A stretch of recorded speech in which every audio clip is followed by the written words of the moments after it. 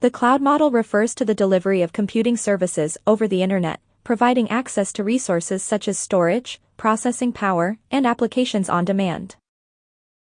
In this model, users can access and utilize these resources remotely without needing to own or manage the underlying infrastructure. Cloud computing typically operates on a pay-as-you-go or subscription basis, allowing users to scale resources up or down according to their needs. There are several deployment models within cloud computing, including public, private, hybrid, and multi-cloud, each offering different levels of control, security, and customization. Key characteristics of the cloud model include elasticity, which allows resources to be dynamically scaled, self-service provisioning, where users can provision resources independently, and resource pooling, where multiple users share pooled computing resources. Overall, the cloud model provides flexibility, scalability, and cost-effectiveness, enabling organizations to innovate and operate more efficiently in today's digital landscape.